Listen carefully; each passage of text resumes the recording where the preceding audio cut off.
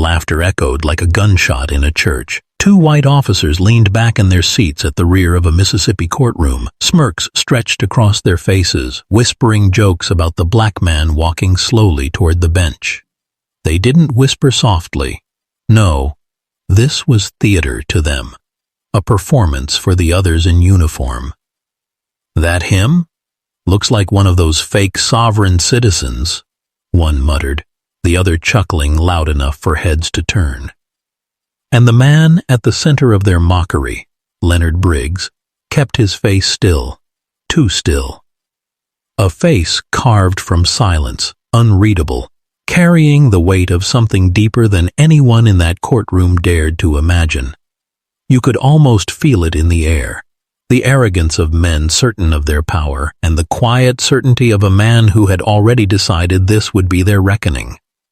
Now imagine this. You're dragged into court not as a defendant, but as bait. Not because you broke the law, but because someone else believed your skin color was the lawbreaker. Briggs walked forward with deliberate calm. No lawyer, no allies, no entourage, just him. The judge cleared his throat, fumbling through paperwork like this was a minor traffic violation, a bureaucratic hiccup that could be wrapped up before lunch.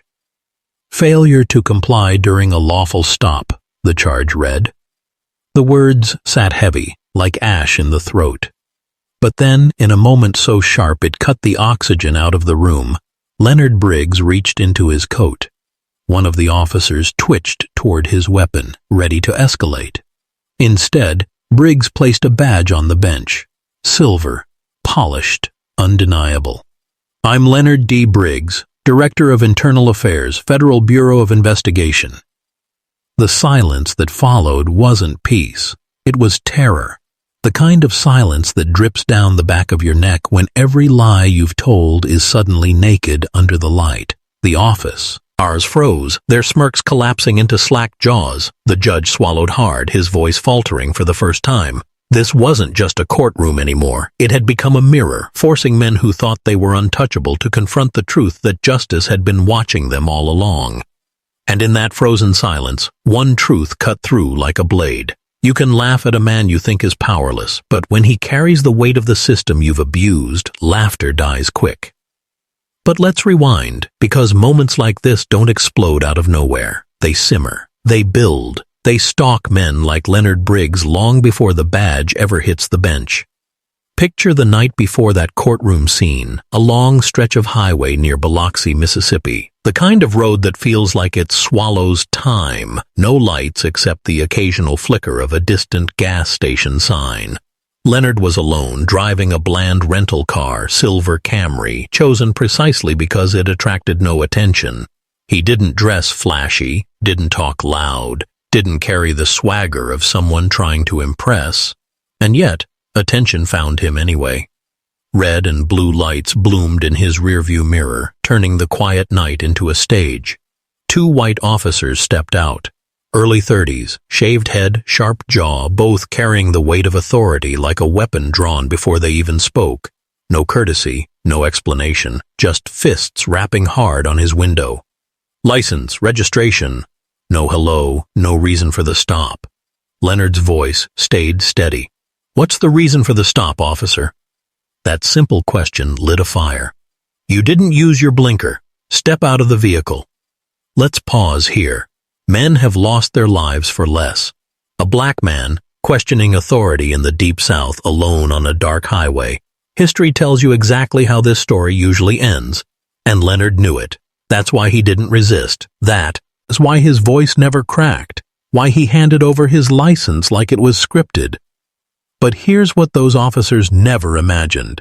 The man they were twisting to the gravel, knees pressed into his back, was recording everything. Every curse, every lie, every drop of venom disguised as procedure. Because Leonard knew the truth. Power without accountability is just organized lawlessness. They booked him, tossed him into a holding cell. No phone call, no chance to identify himself. Just another black man behind bars, another name on a report that wouldn't survive the shredder. And that's where their arrogance wrote the first line of their downfall. Because what happens when the man you laughed at in the dark is the same man who decides whether your badge survives the year. That courtroom moment wasn't born in silence. It was forged in the dirt on that highway shoulder. And the real horror? This wasn't an exception. This was a pattern. The courtroom froze, but outside those walls, the ripples had already started spreading.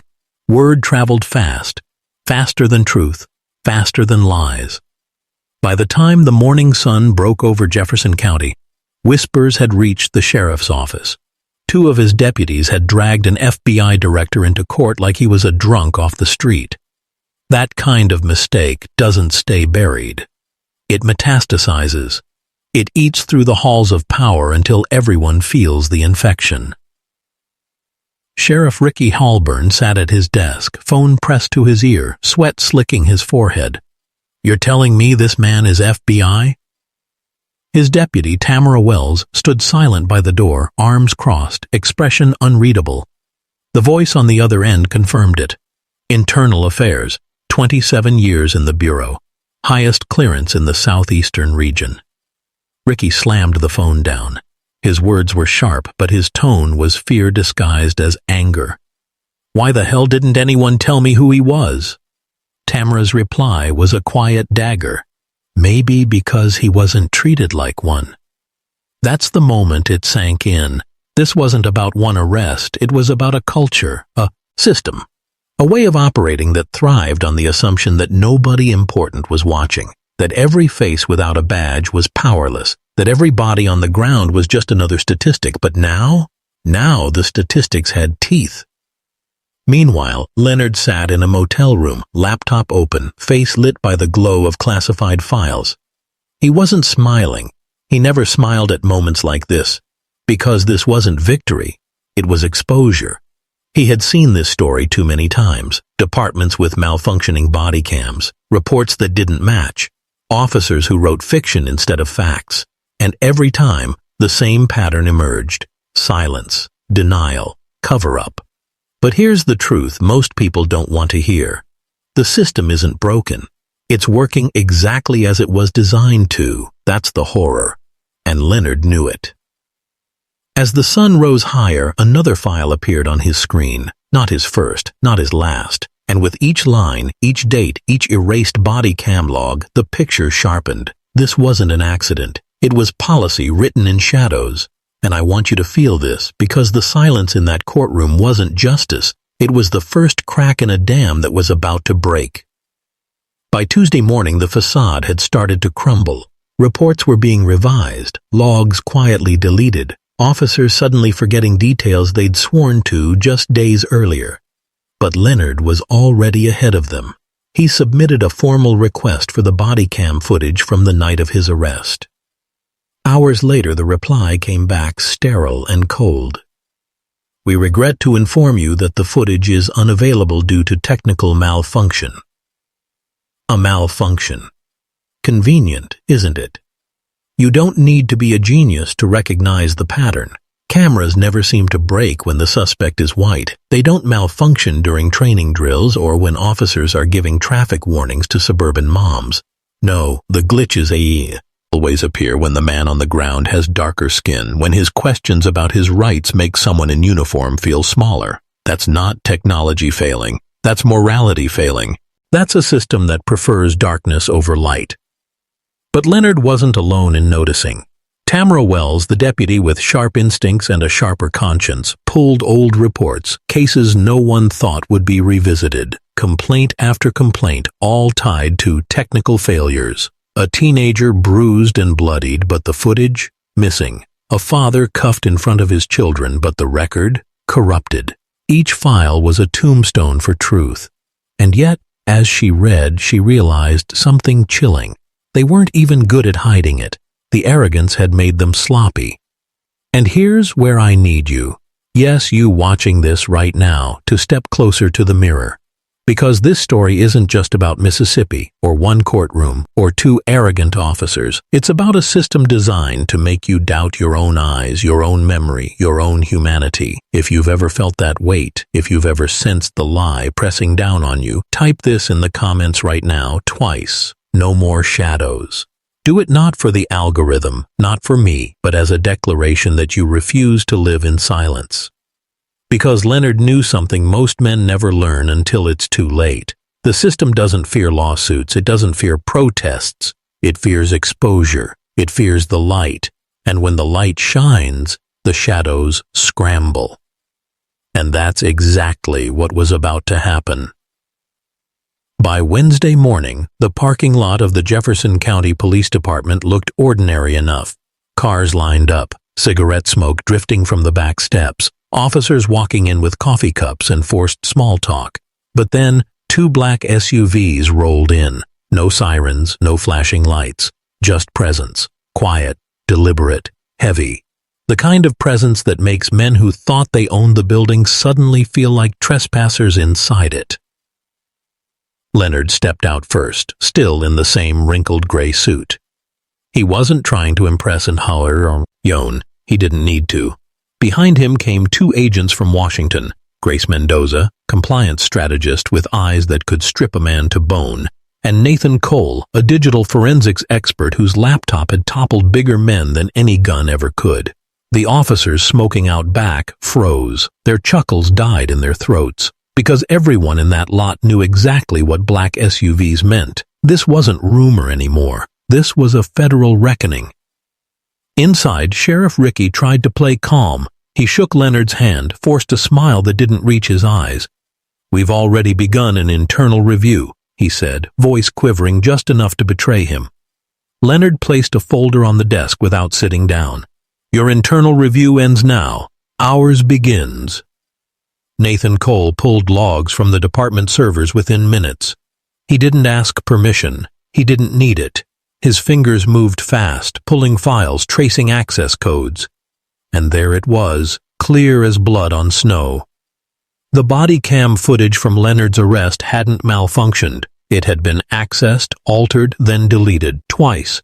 Both times under the login of Officer Curtis Dell, the same bald officer who had shoved Leonard face first into gravel. Grace Mendoza leaned back, arms crossed, voice cutting through the tension like a scalpel. "Not only is this obstruction, it's tampering. Federal crime." You could feel the air shift. The room got hotter, heavier. The officers nearby didn't dare breathe too loud, because they knew this wasn't going away with a phone call to the mayor. This was already bigger than the county, bigger than the state. And Leonard? He didn't gloat. He didn't smile.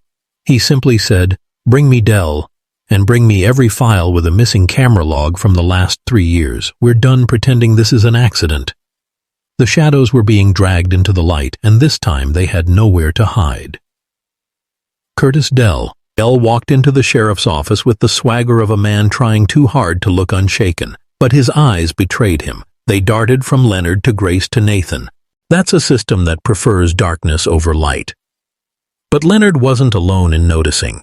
Tamara Wells, the deputy with sharp instincts and a sharper conscience, pulled old reports, cases no one thought would be revisited, complaint after complaint, all tied to technical failures. A teenager bruised and bloodied, but the footage missing. A father cuffed in front of his children, but the record corrupted.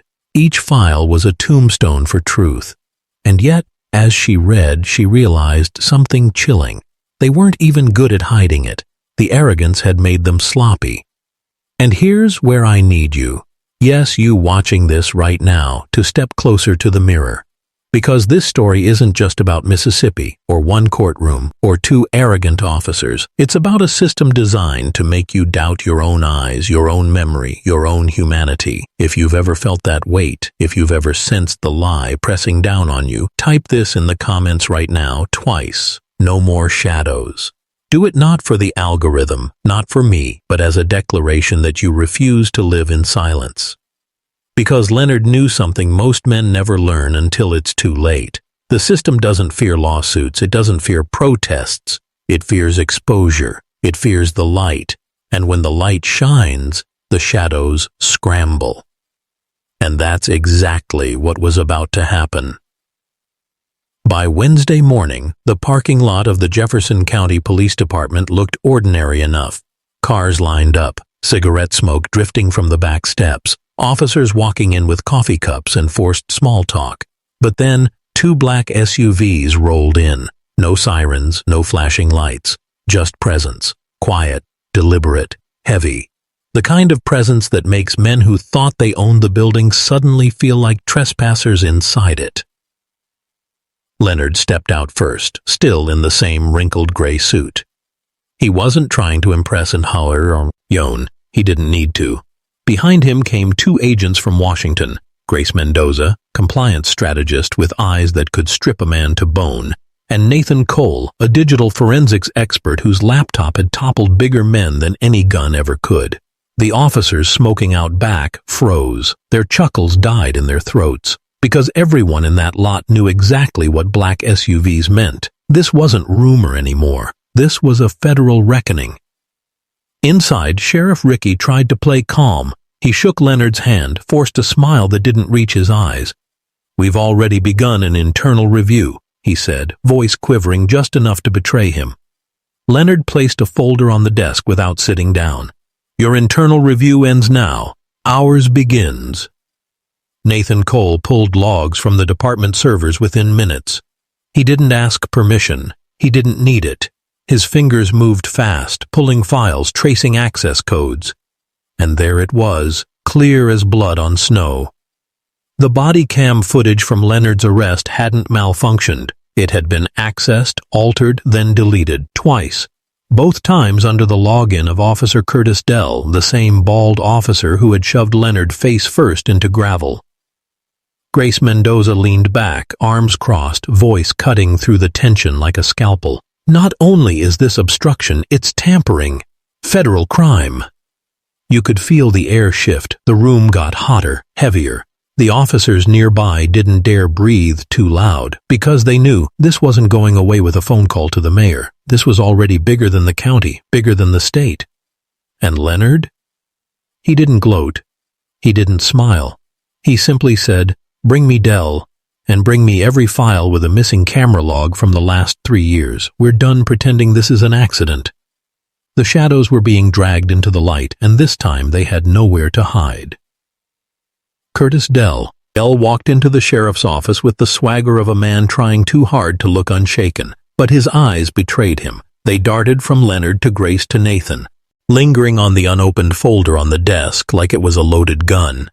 He forced a laugh, thin, nervous, the kind of laugh that dies before it leaves your lips. "I didn't know who he was," he started, voice cracking at the edges. "If I had known—" Leonard raised a hand, not in anger, not even in authority, but in silence, and that silence hit harder than any shout. "That's the problem," Leonard said evenly. "You only measure your behavior by who you think matters. Badge or no badge, every man you put face down in the dirt mattered." His tone never lifted, but Dell's posture shrank, slowly, publicly. Grace slid a paper across the desk. It was a printed log, time-stamped, irrefutable. "You accessed the body cam files twice. First, after the arrest, then again the next morning. Both times the footage was erased. Explain that." Dell's lips parted, then closed again. His throat tightened as he reached for excuses, none of them strong enough to cross the air between them. Finally, he muttered, "We've seen fake IDs before. I panicked. I thought—" Leonard leaned forward, eyes sharp, words slicing the space clean. "You didn't panic. You practiced. This wasn't instinct. This was habit. How many others didn't walk into court with a badge to defend themselves? How many walked home broken or didn't walk home at all?" The sheriff shifted uncomfortably in his chair, face pale, because he knew Leonard wasn't just talking to Dell. He was talking to all of them. The culture, the silence, the lies. Every officer in that department suddenly felt the weight of ghosts they'd helped bury.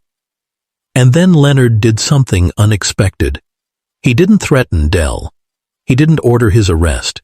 He simply looked him dead in the eye and said, "You have 24 hours. Every file, every detail, every erased log, put it on my desk.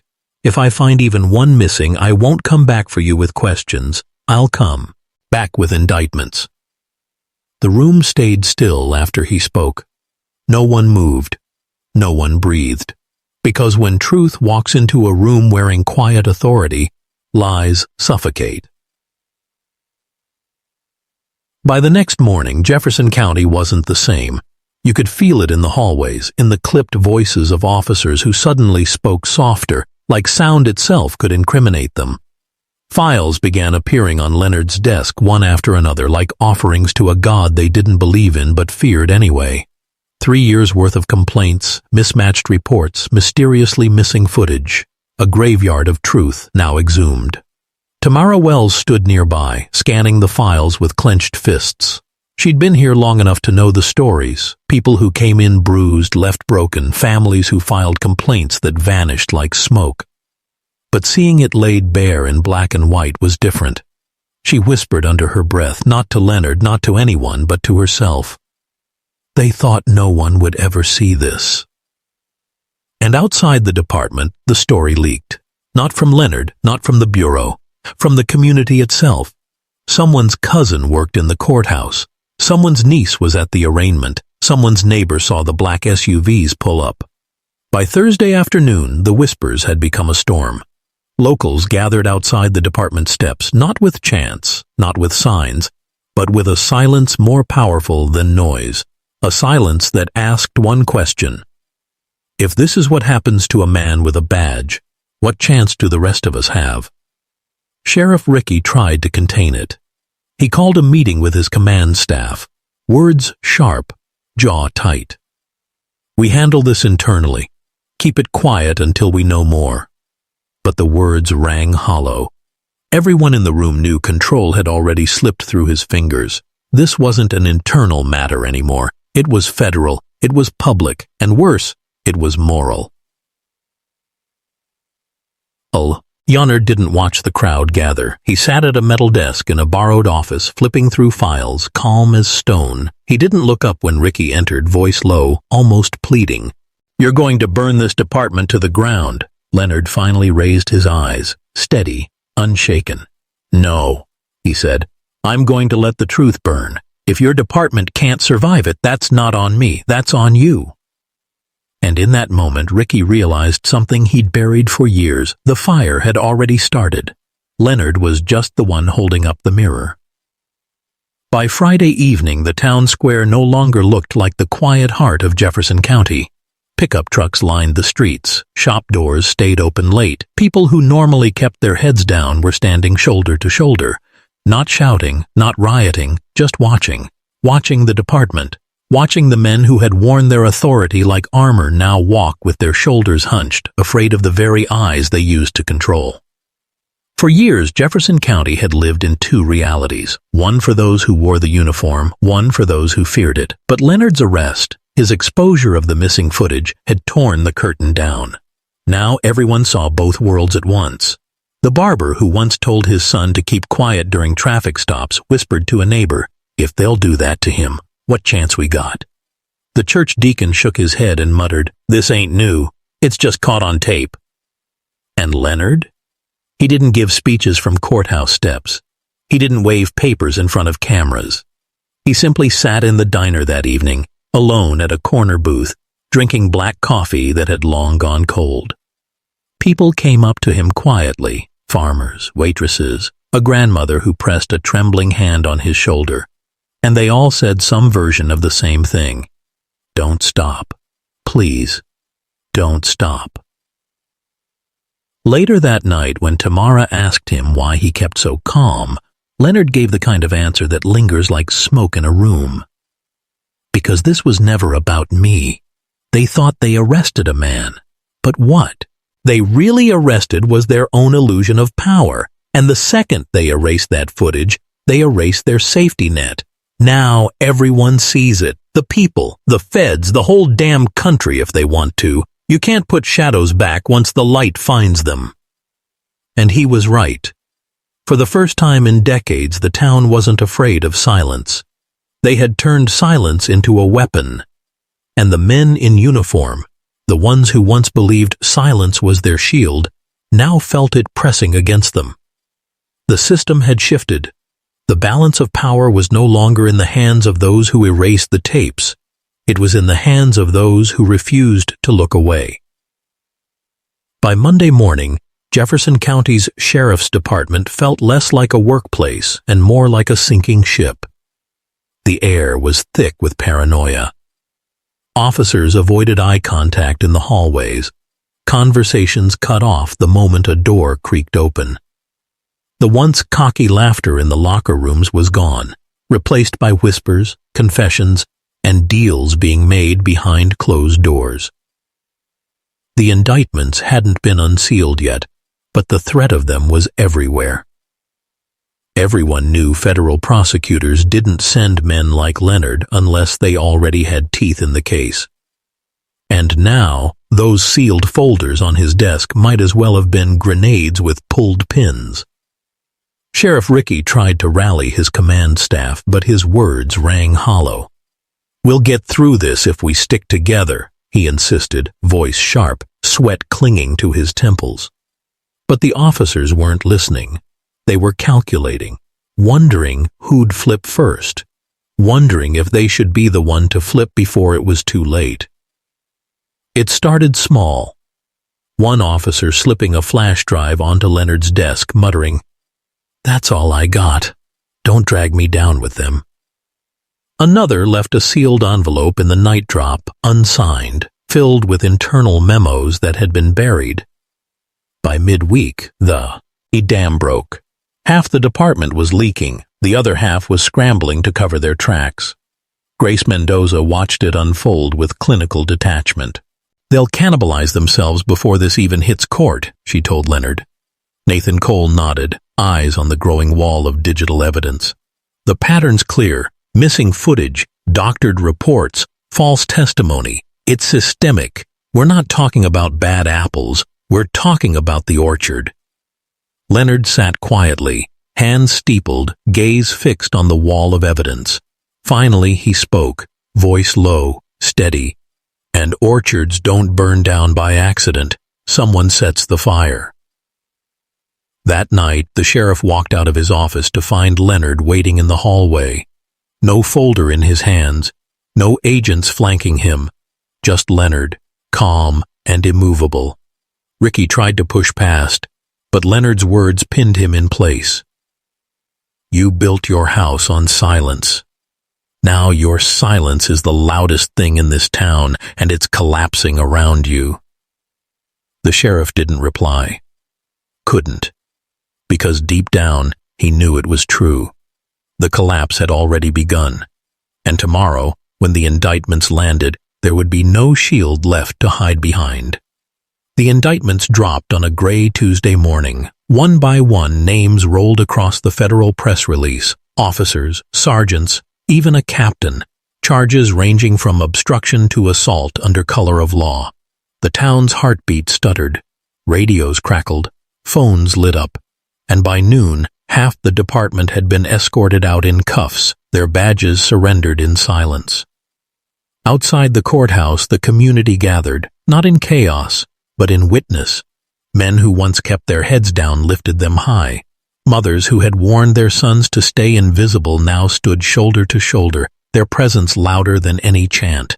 The silence of Jefferson County had turned into something new: solidarity. Sheriff Ricky stood on the courthouse steps, jaw tight, eyes hollow. He gave no statement. He couldn't. The truth had already spoken louder than any words he could offer. Leonard stepped forward, not to the cameras, not to the crowd, but to a simple wooden podium inside the courthouse press room. His voice carried steady, even, with no theatrics, just the kind of clarity that cuts bone. "You've heard the charges, you've seen the names, but understand this. This isn't about a handful of officers. This is about a culture that believed silence was safety. A culture that erased tapes, buried reports, and gambled with people's lives. They thought the badge was armor. They forgot the badge is supposed to be a promise, and a broken promise demands accountability." He paused, letting the words sink like weight onto the room. Reporters leaned forward, pens frozen mid-air. "I didn't come here to burn down Jefferson County.